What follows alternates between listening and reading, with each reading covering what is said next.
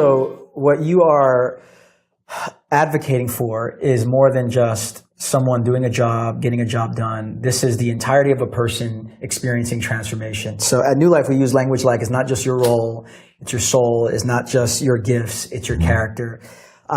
In this case here, this is so revolutionary because in the marketplace and in most churches, the question is not who are you and what's happening inside of you. It's more of can you get the job done? Yes. And so just in your own story, Pete, and your own journey, what was that shift for you? That it went from can you get the job done to it's not just about getting the job done. It's also about who are you as a person and how are you being transformed by Christ in the process? I came into this very slowly. I think, again, as we got into emotionally healthy spirituality in 1996, it was more on the discipleship level, working out my personal life.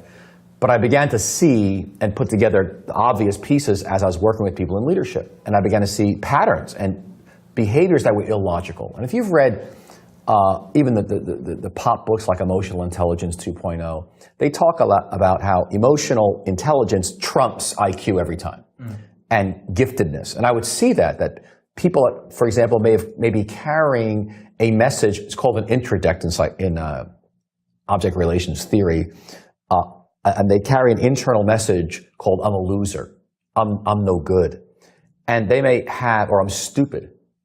And so therefore, you say something to them, and they would interpret it through that lens. And they would hear something far beyond maybe a healthy critique I'd be giving, and suddenly would be highly reactive.